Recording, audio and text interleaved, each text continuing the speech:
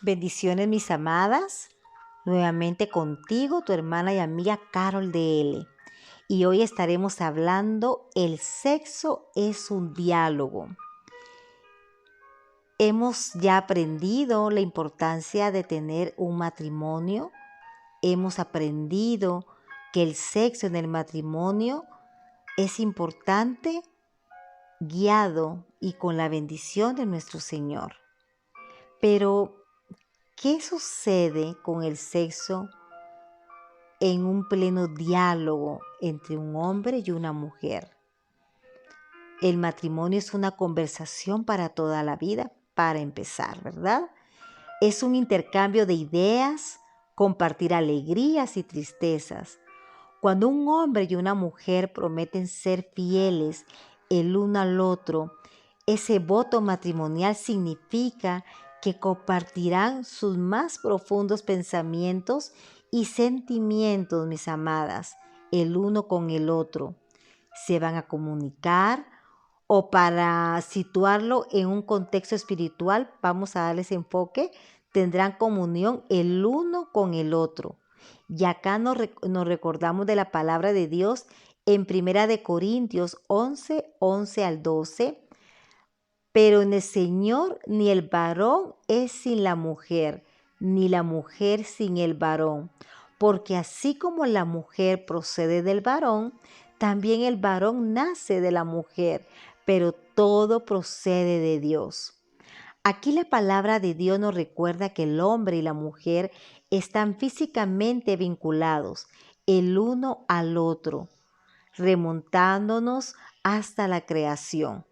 La mujer fue criada de una costilla que Dios tomó del costado del hombre. El hombre ha nacido de la mujer desde Eva. Hombre y mujer están íntimamente relacionados. Están incompletos el uno sin el otro. Es necio pensar que el matrimonio es simplemente una colaboración de dos personas independientes y tenaces. Esposo y esposa deben compartir toda su vida y la relación sexual es una manera importante de compartirla. Demuestra de manera literal y física que son uno solo. Es cierto que a veces miramos tipos de diálogos físicos. Y acá quiero poner un pensamiento que encontré en esta lectura que dice: el diálogo tiene lugar cuando dos personas comunican el pleno significado de sus vidas el uno al otro, cuando participan mutuamente en sus vidas de la manera más significativa de las que son capaces. Esa es una buena descripción de la relación sexual. Es una manera de participar plenamente en la vida de otra persona sin temor o egoísmo. Esto es un verdadero diálogo. Cuando en cualquier otro tipo de diálogo, la relación sexual debe observar ciertas cortesías. Si usted estuviera manteniendo una conversación con otra persona, ¿insistiría en llevar el mando? Es una pregunta. ¿Se negaría a oír lo que dice la otra persona? ¿Se daría la vuelta y se alejaría cuando haya terminado, independientemente de si la otra persona sigue hablando? Pues yo le diría que no, ¿verdad? Claro que no. Eso no sería realmente una conversación. Lo mismo es cierto de la relación sexual. Cada parte debe de ser sensible a las necesidades del otro, estar lista para responder, ser paciente para permitir que el otro se exprese. Y esa descripción es una situación típica en la cual el diálogo sexual se rompe. Podríamos llamarlo una brecha de comunicación sexual. Es importante que el esposo entienda que su esposa no puede responder literalmente, ¿verdad? Como les gustaría a ambos cuando sus sentimientos son heridos, cuando el dormitorio está desordenado o cuando los niños están haciendo ruido en el cuarto contiguo. Bien merece la pena el esfuerzo de crear la atmósfera necesaria para permitir que florezca el lado romántico de ella. Muchas mujeres experimentan excitación sexual más lentamente que sus esposos y responden a una considerable ternura, caricias y palabras de amor en pleno disfrute del acto sexual. Por lo tanto, muchas mujeres se frustran por sus diferencias sexuales y buscan relaciones con otras personas, en lugar de aprender cómo tener verdaderamente comunión el uno con el otro. Este tipo de ajuste es una parte natural de llegar a ser una persona madura. Es parte de aprender a amar. Y recordemos que Dios dice, bebe el agua de tu misma cisterna y los raudales de tu propio pozo. Sea bendito tu manantial y alégrate con la mujer de tu juventud, como sierva amada y graciosa gacela. Sus caricias te satisfagan en todo tiempo y en su amor recréate siempre. Esto lo dice en Proverbios 5:15 y 18 al 19. Creo firmemente, mis amadas, que los hombres y las mujeres de América Latina tendrían vidas sexuales mucho más placenteras si tomasen tiempo para aprender a comunicarse realmente en el matrimonio. En lugar de salir de compras buscando mejores parejas sexuales. Un hombre que aprende pacientemente el lenguaje sexual de su esposa estará siempre extasiado con su amor. La mujer que afine sus oídos para escuchar los mensajes sexuales de su esposo estará plenamente satisfecha, pero se necesita tiempo. Es necesaria la paciencia. Hace varios años, una persona que se llama Charlie Shell escribió una serie de cartas a su joven y futuro yerno y se han convertido en un clásico en la literatura cristiana sobre sexo. Una de las afirmaciones más sorprendentes del Dr. Shell era que un esposo y una esposa puede que necesiten un calentamiento de 20 años. ¿Te puedes imaginar? Para aprender juntos el verdadero disfrute sexual. Él dijo, la libertad para expresar tus deseos es una meta estupenda, pero durante los primeros 20 años esa es más una meta que la realidad. Muchas parejas serán capaces de establecer las líneas de comunicación sexual mucho antes que eso, pero sigue siendo un buen consejo. Esposo y esposa necesitan ser pacientes en su diálogo sexual, incluso si son necesarios años para aprender a comunicarse. Ahora bien, vayamos a hablar sobre el sexo causa placer. El mundo carnal querría hacernos creer que el placer es el único propósito del sexo. Algunos cristianos remilgados, ¿verdad?, creen que el placer no tiene nada que ver con el sexo. Ambas posturas son erróneas. La relación sexual es muy placentera y debería causar una gran cantidad de disfrute a un matrimonio, pero necesitamos poner en perspectiva correcta el aspecto placentero del sexo según la palabra de Dios. Y acá quiero hablarte de este libro preciosísimo que es de Cantar de los Cantares de Salomón. Acá describe los placeres del amor sexual. Algunos críticos dicen que el Cantar de los Cantares es un libro erótico que no tiene lugar alguno en la Biblia, pero obviamente no saben lo que significa erótico. Viene de la palabra griega eros, que significa amor por causa del placer físico. Cantares ciertamente describe el placer físico, pero nadie puede decir que presenta el placer como el todo y el fin del sexo. Este libro muestra que el sexo expresa el gran amor que un esposo y una esposa se tienen mutuamente. De hecho, muchos eruditos de la Biblia creen que es un cuadro simbólico del amor de Dios por su pueblo, del amor de Cristo por su iglesia, independientemente de cómo se interprete, ya sea literalmente, por ejemplo, y lo digo así entre paréntesis, con respecto al matrimonio, o simbólicamente, entre paréntesis, con respecto a Dios. Tendríamos que decir que el Cantar de los Cantares sitúa en la perspectiva adecuada el sexo y el placer.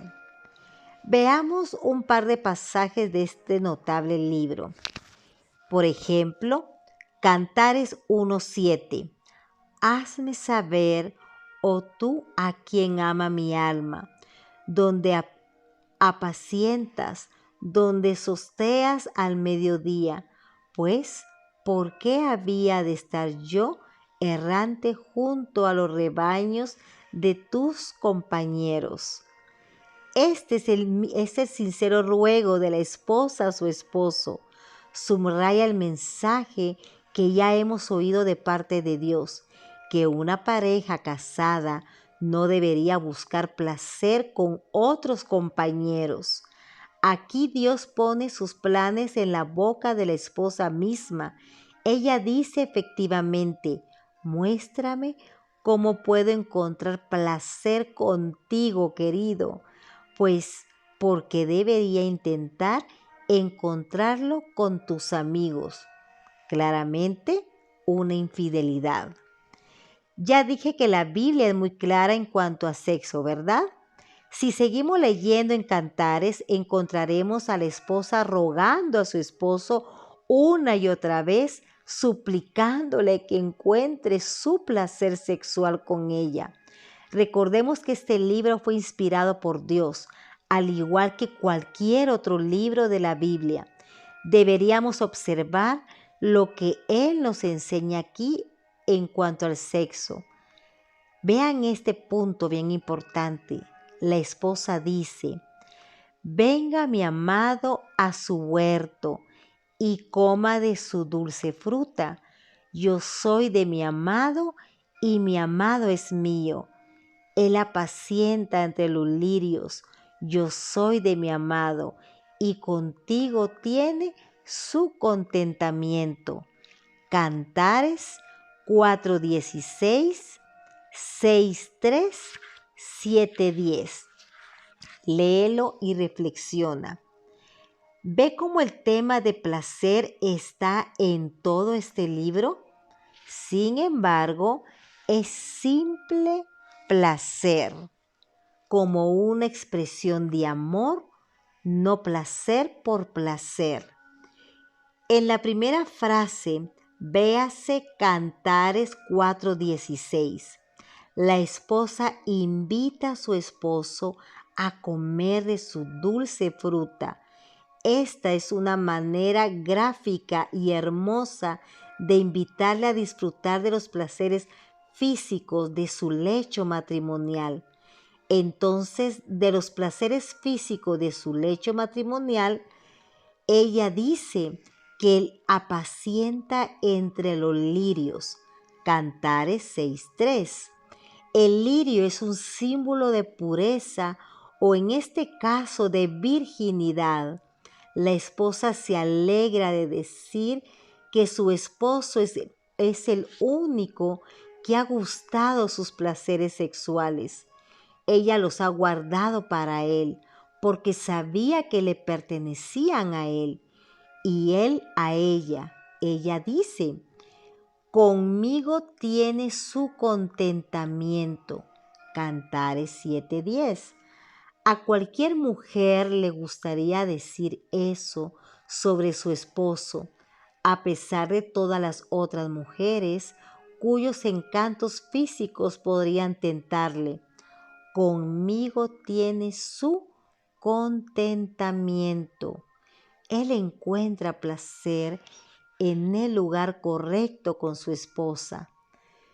Y acá, ay, Dios mío, hay que pensar mucho, mucho, mucho, mucho lo que vamos a escuchar a continuación. Desgraciadamente, muchos cristianos creen que el sexo es una cierta manera algo aburrido y mecánico. Lo consideran una obligación que tienen con su pareja, como lavar los platos o cortar el césped. Pero el sexo es un placer. El sexo es agradable.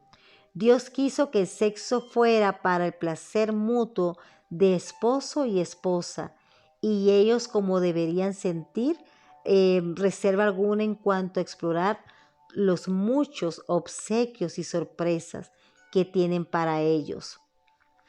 Pero hay muchos consejeros que le hablan a las esposas y dicen esto: liberen su mente de cualquier prejuicio preconcebido o de cuentos de viejas esposas que tienden a hacerles temer el acto matrimonial o considerarlo algo malo o algo sucio, tan solo porque su madre o alguna otra mujer no estuviera ajustada en el área física del matrimonio. No es razón para que ustedes tengan que perpetuar sus errores y su resuelta angustia. Entonces, ese enfoque del acto matrimonial como placentera anticipación no va a ser lo correcto. Por eso es que Dios quiso que fuese bueno. Ningún tipo de placer sexual está fuera de los límites para que el esposo y su esposa, mientras honren a Dios. Algunas personas piensan que solamente una técnica en particular para hacer el amor es santa y todas las demás son pecado, pero no encontraremos esa enseñanza en las Escrituras. En Hebreos 13:4 dice: honroso sea en todos el matrimonio y el lecho sin mancilla, pero a los fornicarios y a los adúlteros los juzgará Dios. ¿Qué quiere decir esto? En otras palabras, el matrimonio es una manera honrosa para que cualquiera disfrute del sexo, cuando otra manera, ya sea el sexo antes del matrimonio, es decir, fornicación, o el sexo con otra persona durante el matrimonio, que significa adulterio, es condenado por Dios. Además, el lecho matrimonial es sin mancilla. No hay nada pecaminoso acerca del sexo en el lecho matrimonial. No hay tabús que observar con su pareja. Solamente se debe observar la cortesía del diálogo y la dignidad que cualquier don divino se merece. Ya vas entendiendo qué hermoso libro este libro de cantar o de cantares que nos está haciendo reflexionar definitivamente una manera especial de identificar ese sentimiento sexual. Ahora hablemos sobre el sexo honra a Dios.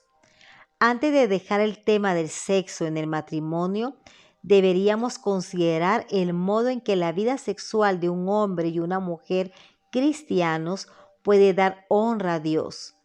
Esta es otra función importante del sexo. Dios dice que todo lo que hagamos debería darle honra a Él.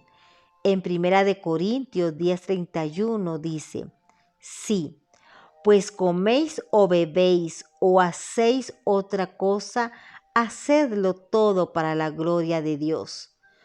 Todo lo que hacemos, ya sea comer, dormir, hablar con nuestros amigos, dirigir un negocio, incluso el acto sexual, todo debería hacerse de una manera que glorifique al Señor. Él nos creó y Él se expresa por medio de nosotros. Como dijo Pablo, con Cristo estoy juntamente crucificado y ya no vivo yo, mas vive Cristo en mí. Y lo que ahora vivo en la carne, lo vivo en la fe del Hijo de Dios, el cual me amó y se entregó a sí mismo por mí. Gálatas 2:20. Por lo tanto, todo acto físico del cristiano debería expresar amor por el Señor. Esta es la prueba final que la vida sexual del cristiano da honra al Señor.